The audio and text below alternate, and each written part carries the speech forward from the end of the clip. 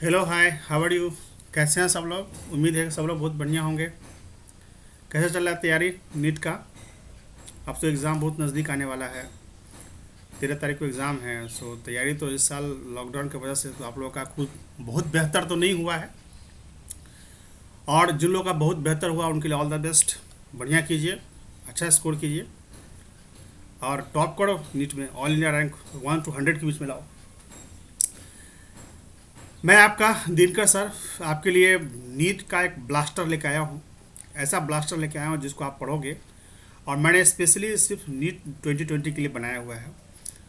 और मेरा ये मानना है, मैं एकदम दावे के साथ कह सकता हूँ कि अगर आप ये चीज़ इतना करके चले जाओ, इतना अगर मेरे द्वारा जो आपने जो करवा रहा उसको आप कर लो, तो एकदम श्योर है कि आप क्वालिफाई कर जाओगे। मिनिमम 30 क्वेश्चन तो सही कर लोगे। मिनिमम 30 क्वेश्चन सही करने की गारंटी मैं लेता हूँ। मिनिमम 30 क्वेश्चन मैं सही करवा दूंगा। जो मेरे पास मटेरियल है, जो मेरे पास सीट है और जो मैं करवाता हूँ उसके अनुसार से कीजिए, तो आप मिनिमम 30 क्वेश्चन ज़रूर करके आओगे। और उस अगर आपने पूरा कर लिया तो वेरी गुड। मेरा टारगेट है कि मैं 45 में से 45 आपको मैं सही करवा दूँ। तो लेकिन फिर भी मैं बताना चाहता हूँ कि अगर ये जो मटेरियल्स मैं आपको दे रहा हूँ, ये जो जिस चीज़ मैं करवा रहा हूँ, ये आपके लिए एकदम पैरासीटामॉल का काम करेगा। जैसे बुखार जब होता है तो बहुत ज़्यादा बुखार को उतारने के लिए पैरासीटामॉल का यूज़ करते हैं। तो किसी को बहुत ज़्यादा टेंशन है नीट के एग्ज़ाम के लिए, तो उसके लिए पैरासीटामॉल लेके आए हम फिजिक्स में। तो समझिए कि फिजिक्स का ये पैरासीटामॉल है नीट के लिए, जो आपको बहुत बहुत बहुत इफेक्टिव होने वाला है। बहुत ज़्यादा इफेक्टिव होने वाला है। इस चीज़ को फोकस करना है। और ये मेरा खुद का नोट्स है जो स्पेशली मैंने नीट के लिए बनाया है। तो आइए बिना टाइम वेस्ट किए हम स्टार्ट करते हैं इसमें। और मैं इस नोट्स को आपको दो पार्ट्स में करवाऊंगा। एक पार्ट जो हमारा 12th का सिलेबस रहेगा उसके हिसाब से, एक पार्ट 11th का सिलेबस उसके हिसाब से। दो पार्ट में मैं आपको करवाऊंगा। और मैं ये बता दूं कि जो लोग नए हैं सो प्लीज़ चैनल को सब्सक्राइब कर दीजिएगा, ताकि आपको इसके रिलेटेड जो भी नया नया वीडियो मैं बनाऊँ सो आप तक पहले पहुँचे। और पसंद आया तो लाइक कर दो यार। लाइक तो कुछ बनता ही है। नहीं पसंद आया तो छोड़ देना, अगर पसंद आया तो लाइक कर देना। और उसके बाद एक और बात बताऊँ मैं कि अभी मैं जो भी करवा रहा हूँ उसका पीडीएफ फॉर्म मैंने डिस्क्रिप्शन में डाल दूंगा। पीडीएफ का जो लिंक डाल दूंगा। लेकिन यह जो सारा कुछ का डाल दूंगा, मैं सारा चैप्टर का तो नहीं डाल दूंगा, क्योंकि इसे मेहनत लगता है। पूरा बनाने में मेहनत लगता है, पूरा सब चीज़ करने में मेहनत तो लगता है। मैं आपके लिए ही कर रहा हूँ, तो थोड़ा बहुत आपको भी कॉपरेट करना पड़ेगा। सो बहुत मिनिमम कॉस्ट में, बहुत मिनिमम प्राइस में मैंने सारे जो पार्ट 1 और पार्ट 2 का है पीडीएफ जो फॉर्मेट है, ज़्यादा है नहीं, बस 5 पेज इसका 5 पेज उसका। समझ लो 10 पेज आपने कर लिया। 10 पेज मैं गारंटी हूँ, 10 पेज में हमारा पूरा का पूरा नीट का सिलेबस फिजिक्स के लिए समाप्त है। उस 10 पेज में से मैं आपको करवाऊंगा, वही चीज़ करके जाना आप नीट में। एकदम मैं गारंटी बोलता हूँ, डिट्टो आप मिनिमम 30 क्वेश्चन सही करोगे ही। और अगर आप थोड़ा बहुत भी उसमें कॉन्शियस हुआ तो मिनिमम 30 तो होगा ही, और 30+ हो सकता है। इवन आप 45 में से 45 में लाने की गारंटी देता हूँ। सो आज जिस किसी को भी पूरा का पूरा नोट्स चाहिए, पूरा का पूरा असाइनमेंट का चाहिए, पूरा का पूरा मेरा वाला नोट्स चाहिए, तो मिनिमम कॉस्ट है वो मेरा जो डिस्क्रिप्शन बॉक्स में जो नंबर दिया है उस पर आप कांटेक्ट कीजिए। और कुछ प्राइस में जो इसका बनाने का जो मतलब कॉस्टिंग लगा है उसके प्राइस में मैं आपको पूरा नोट्स पीडीएफ प्रोवाइड करूँगा। या तो मैं आपके ईमेल पे आएगा, या तो व्हाट्सएप या एनी अदर मोड से अगर आप पे करते हैं तो आपको सारा चीज़ मिल जाएगा। ओके, सो स्टार्ट करते हैं। हमारा मैंने क्या किया है, 12th के फर्स्ट पार्ट को अलग से बनाया है और 12th के सेकंड पार्ट को अलग से बनाया है। तो हमारा जो फर्स्ट पार्ट है वह है इलेक्ट्रोस्टैटिक्स, है ना। फिजिक्स का फर्स्ट पार्ट स्टार्टिंग से इलेक्ट्रो, इसमें 2 चैप्टर के बारे में बात करेंगे। इलेक्ट्रिक चार्ज और इलेक्ट्रिक फील्ड की बात करें। इलेक्ट्रोस्टैटिक्स है क्या, समझो। इलेक्ट्रोस्टैटिक्स क्या, पूरा इतना तो लंबा चौड़ा कहानी बताने की आपको ज़रूरत है नहीं, क्योंकि आपके पास टाइम बहुत कम है। इसलिए आपको वही चीज़ जानना है जो एग्जाम में पूछते हैं, उसी तरह से तैयारी करके आपको जानना है।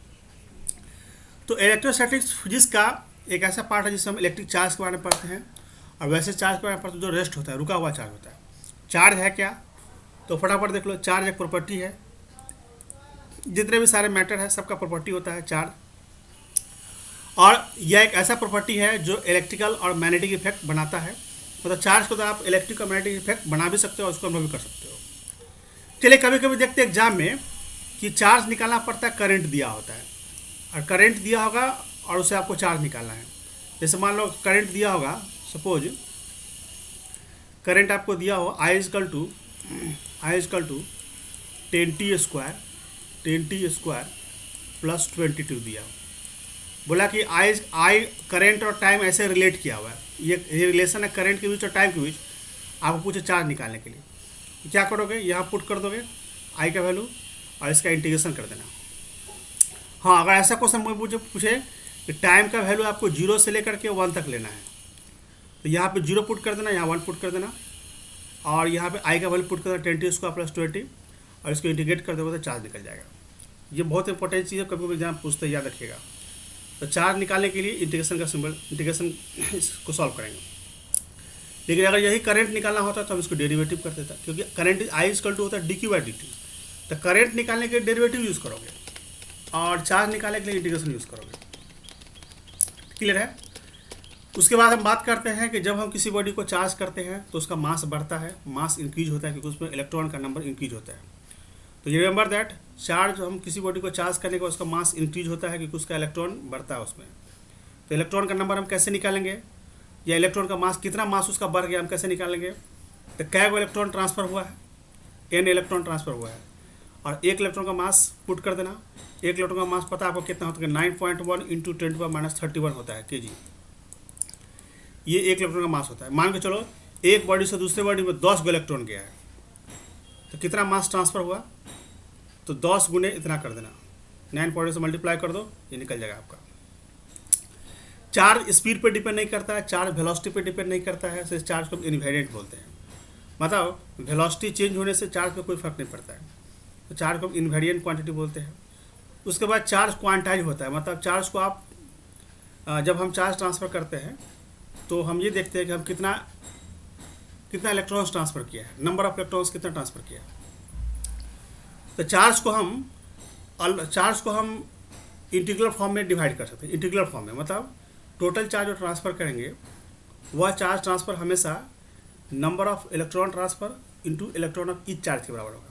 Q इक्वल टू एन याद रखना, Q मतलब टोटल चार्ज ट्रांसफ़र, n होगा इलेक्ट्रॉन का संख्या।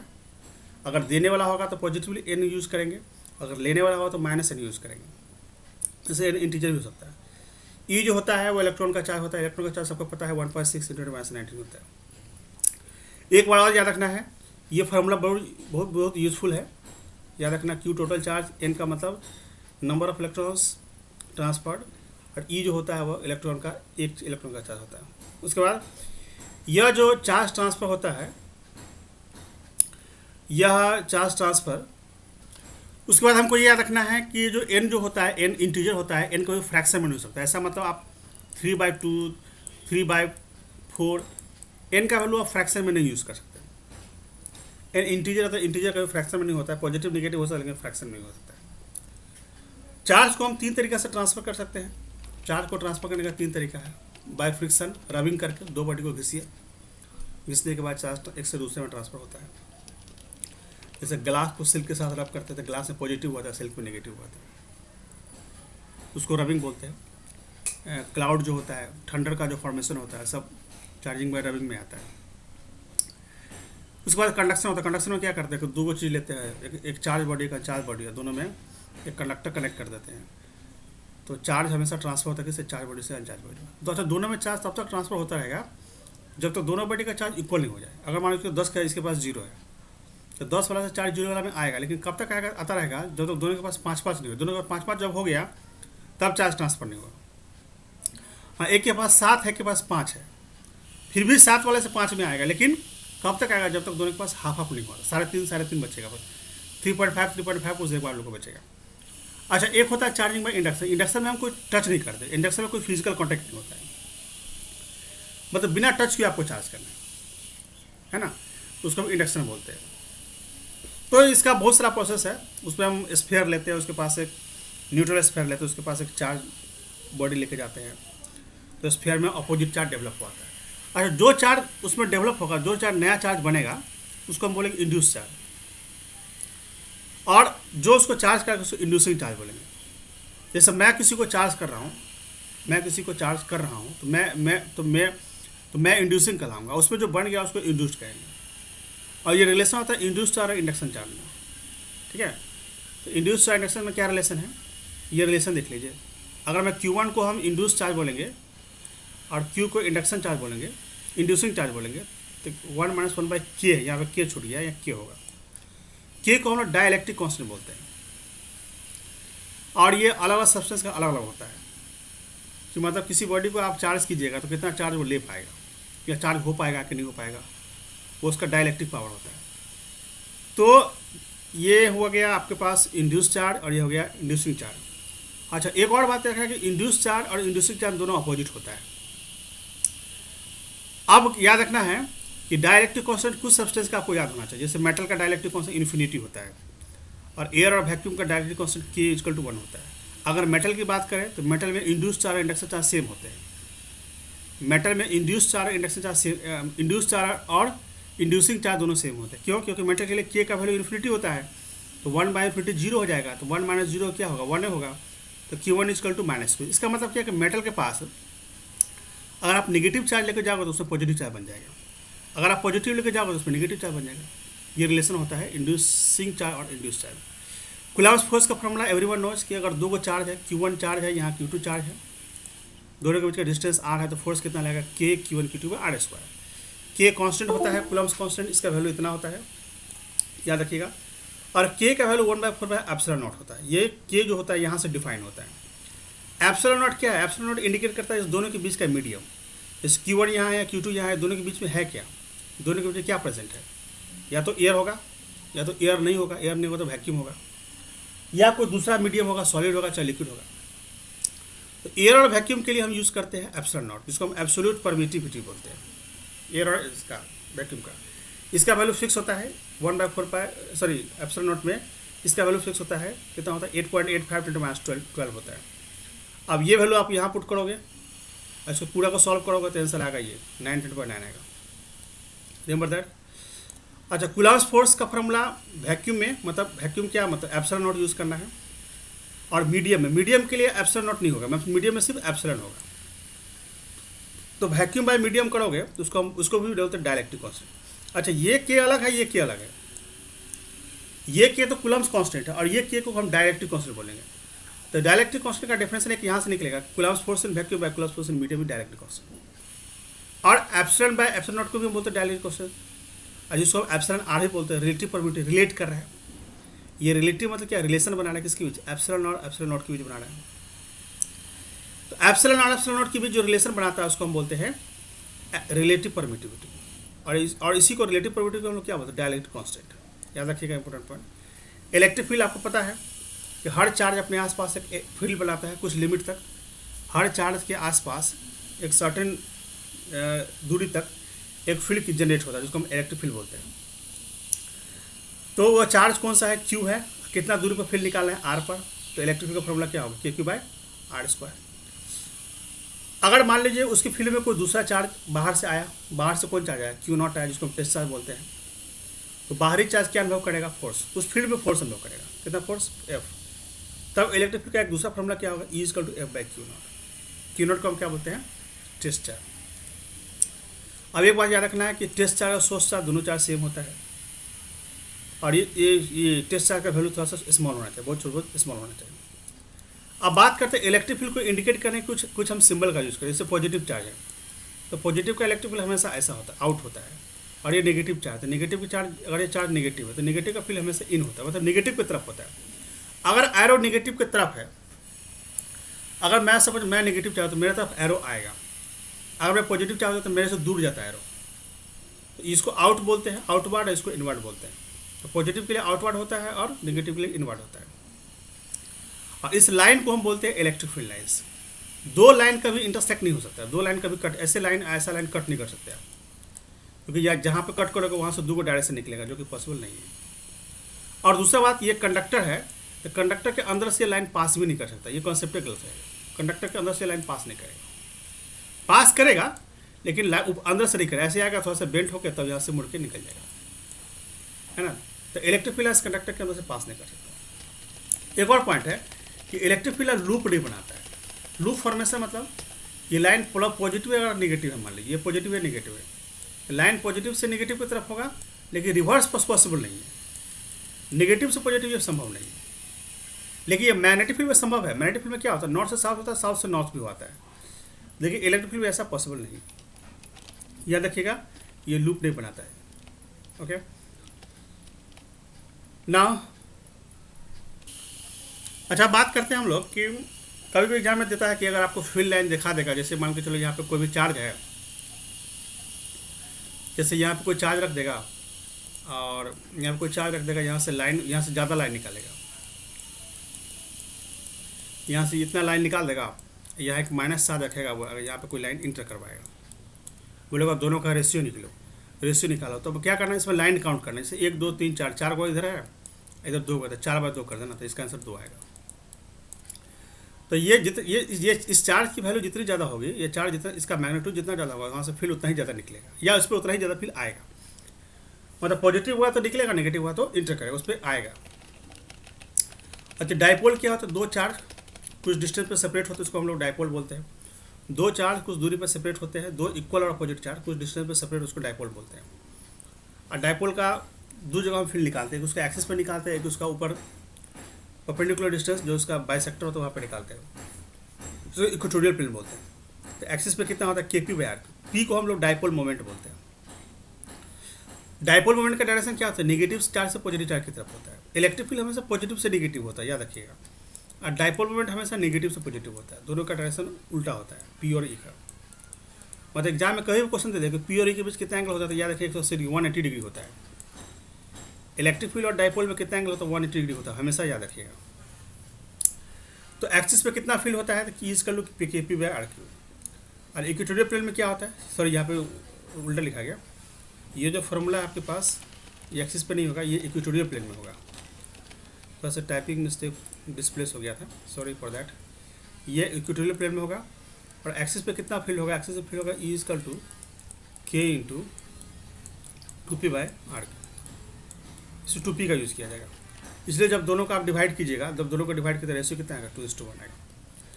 अच्छा, अब क्या है कि जब हम डाइपोल को इलेक्ट्रिक फील्ड में रखेंगे, जब किसी इलेक्ट्रिक डाइपोल को इलेक्ट्रिक फील्ड में रखेंगे, तो डाइपोल रोटेट करने की कोशिश करेगा। और रोटेशन के लिए क्या चाहिए, टॉर्क चाहिए। आपको पता है कि जब कोई बॉडी रोटेट करता है तो क्या चाहिए, उसको टॉर्क चाहिए।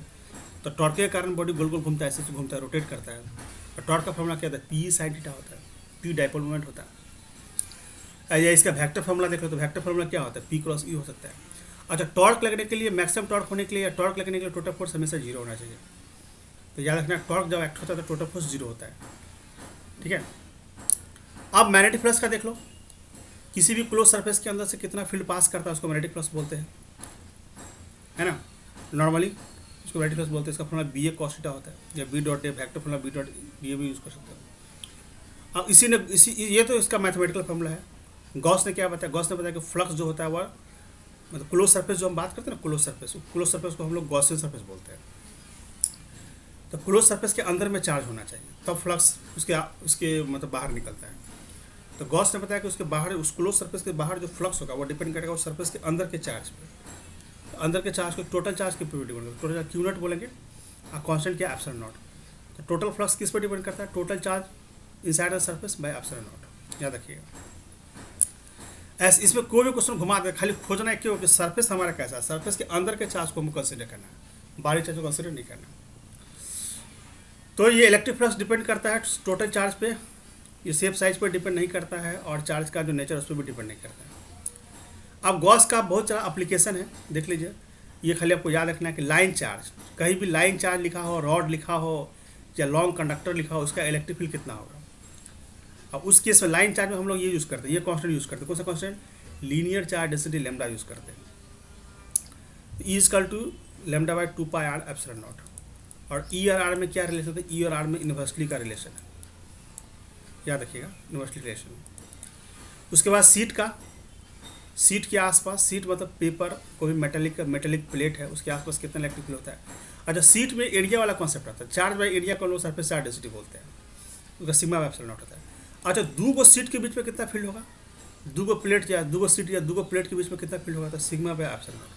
अच्छा, दो गो प्लेट के बाहर कितना फील्ड होगा, तो आउटसाइड में फील्ड हम 0 लेते हैं, आउटसाइड में फील्ड यहाँ 0 लेते हैं, लेकिन बीच में कितना फील्ड लेते हैं, बीच में फील्ड लेते हैं सिग्मा बाय ε0। यही कॉन्सेप्ट हम लोग कैपेसिटर के लिए भी यूज़ करते हैं, आगे चल के कैपेसिटर के लिए भी यूज़ करेंगे। ये कैपेसिटर के प्लेट के बीच में कितना फील्ड होता है, कैपेसिटर में दो प्लेट लगा होता है ना, तो दो प्लेट के बीच में कितना फील्ड होता है, सिग्मा बाय एप्सिलॉन नॉट होता है। Outside the plate electric field कितना होता है, 0 होता है। अच्छा सेल की बात करो, सेल की बात करते हैं, यूनिफॉर्म चार्ज सेल। तो सेल के बाहर कितना फील्ड होता है, तो k q by r square, r उसके सेंटर से दूरी है बाहर का। और इसका एक और फॉर्मूला होता है कि k q by capital R square भी लगा सकते हैं। तो कैपिटल आर कब लगाओगे, वो सेल के सरफेस के आसपास, ऊपर में सेल के सरफेस के आसपास, वहाँ आर उसका सेल का रेडियस हो जाएगा। अब सेल के अंदर में कितना फील्ड होता है, सेल के अंदर में टोटल फील्ड 0 होता है। याद रखिए सेल के अंदर में कोई फील्ड नहीं होता, सेल के अंदर में टोटल फील्ड 0 होता है। तो सेल के इनसाइड फील्ड कितना होता है, 0, क्योंकि 0 इसलिए होता है क्योंकि अंदर में कोई टोटल चार्ज 0 होता है, अंदर में नेट चार्ज 0 होता है, इसलिए इसका इलेक्ट्रिक फील्ड 0 होता है, अंदर में नेट चार्ज 0 होता है, इलेक्ट्रिक फील्ड 0 होता है। अब बात करते हैं हम लोग इसी चैप्टर का अगला पॉइंट का, मतलब दूसरा चैप्टर जो है इलेक्ट्रिक पोटेंशियल का। तो पोटेंशियल जो होता है वह चार्ज का, एक किसी भी चार्ज का, जो हर चार्ज अपने आसपास इलेक्ट्रिक फील्ड बनाता है, हर चार्ज अपने आसपास इलेक्ट्रिक फील्ड बनाता है। तो उसके इलेक्ट्रिक फील्ड बनाने की जो एबिलिटी होती है उसको हम पोटेंशियल बोलते हैं।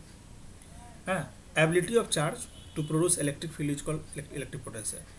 और इलेक्ट्रिक पोटेंशियल का फॉर्मूला क्या होता है, ई इज इक्वल टू, याद रख लो कितना सिंपल, देखो कितना सिंपल, के क्यू बाई आर है, फील्ड सॉरी भी है, ई बोल रहा हूँ, ई तो इलेक्ट्रिक फील्ड होता है, उसका सिंबल भी होता है, भी इज इक्वल टू के क्यू बाई आर होता है। अच्छा ई वाला में क्या था, ई वाला में के क्यू बाई आर स्क्वायर, भी वाला में क्या के क्यू बाई आर है। पोटेंशियल स्केलर होता है, इसका कोई डायरेक्शन नहीं होता है, तो इसको आप सिंपल अलजेब्रा के जैसे जोड़ते हैं, जैसे नंबर जोड़ते हैं वैसे आप इसको जोड़ोगे, जैसे अलजेब्रा के मेथड से जोड़ोगे। अच्छा डब्ल्यू वर्क है और क्यू नॉट टेस्ट है, तब पोटेंशियल का फॉर्मूला क्या होगा, डब्ल्यू बाई क्यू नॉट होगा।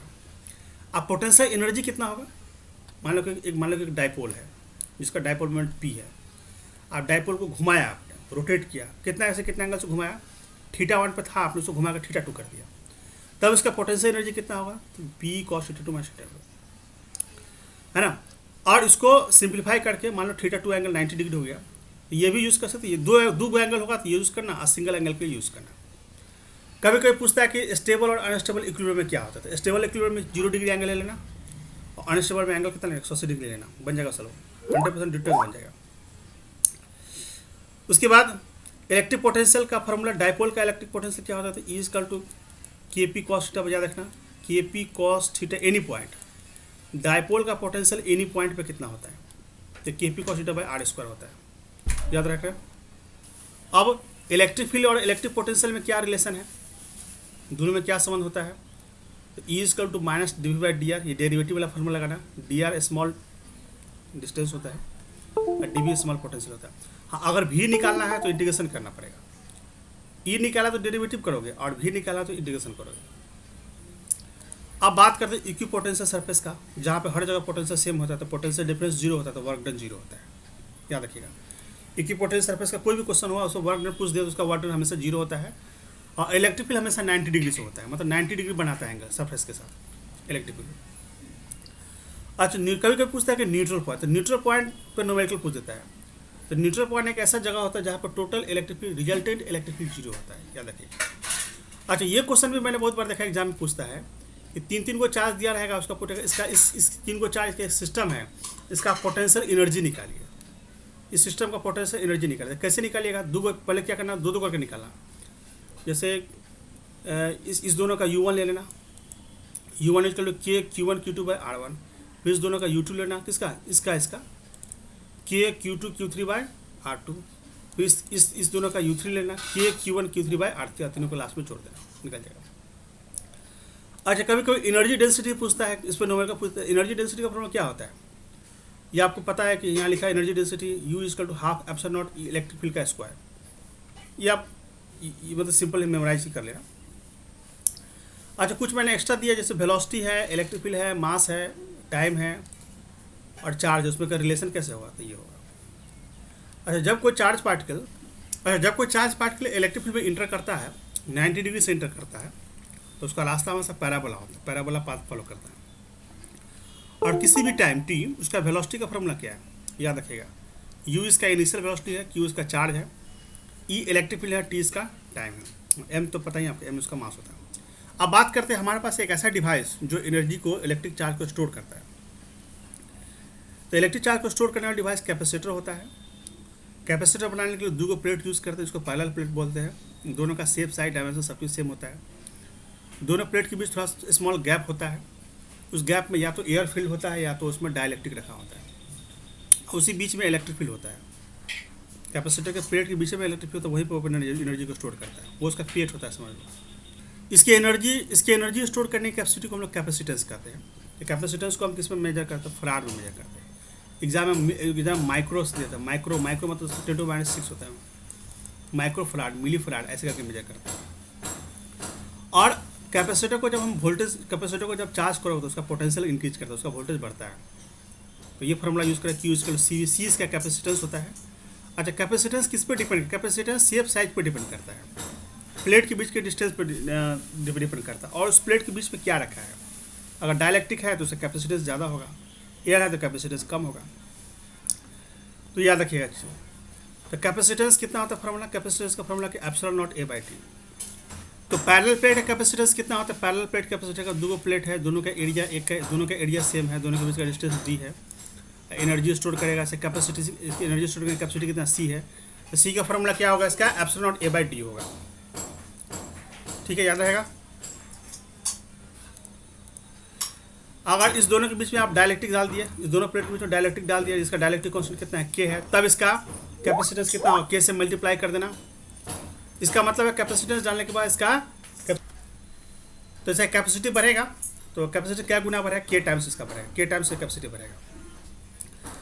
हम कैपेसिटर को दो तरह से कनेक्शन करते हैं, सीरीज और पैरेलल में करते हैं। सीरीज में कैसे कनेक्शन करते हैं? जैसे लिखा है, अगर मान के चलो C1 C2 C3 C4 C5 सब सीरीज में कनेक्टेड है, तो उसका टोटल इक्विवेलेंट कैसे निकालेंगे? टोटल कैसे निकालेंगे? 1/C1 1/C2 1/C3 से कर देंगे। अच्छा, सीरीज में जोड़ने के बाद एक खासियत बात है, सीरीज में जोड़ने के बाद सबको चार्ज सेम मिलता है, लेकिन सबके पास पोटेंशियल डिफरेंस अलग अलग होता है। तो सबको पोटेंशियल कैसे निकालोगे? V1 निकालोगे, V2 निकालोगे, V3 निकालोगे, इस फॉर्मूला का यूज़ करोगे तो निकालोगे। पैरेलल में डायरेक्ट जोड़ दो, पर पैरेलल में कोई झंझट है नहीं, C1 + C2 + C3 जोड़ दो। अब पैरेलल में चार्ज डिफरेंट होता है लेकिन वोल्टेज सेम होता है, पोटेंशियल सबको सेम मिलता है, सबके पास पोटेंशियल डिफरेंस सेम होता है। तो चार्ज निकाल दो अलग अलग, Q1 Q2 Q3। तो Q1 = V/C1, Q2 = V/C2 ऐसे करके निकालो। ओके, सो ये यहाँ तक था आपके पास चैप्टर 1 और चैप्टर 2 का। आई होप इसी को अच्छा से स्ट्रॉन्ग करके रखना है, तो एकदम 100% कि आप एग्जाम में अच्छा करोगे। और जैसे मेरे पास क्वायरी आएगा, जैसे लोग को ज़रूरत आएगा, वैसे मैं आगे का ही वीडियो बना के दूंगा। तो आगे वाले वीडियो के लिए आप वेट कीजिए, इंतजार कीजिए। अगर आपको PDF चाहिए, अगर आप हमसे कुछ पूछना चाहते हैं, पढ़ना चाहते हैं, इस पर जल्दी से आप तैयारी करना चाहते हैं, तो आप जो इस डिस्क्रिप्शन बॉक्स में जो नंबर है या व्हाट्सअप नंबर है, उस पर आप हमसे कांटेक्ट कीजिए, और डेफिनेटली मैं आपको हेल्प करूँगा। Thank you very much.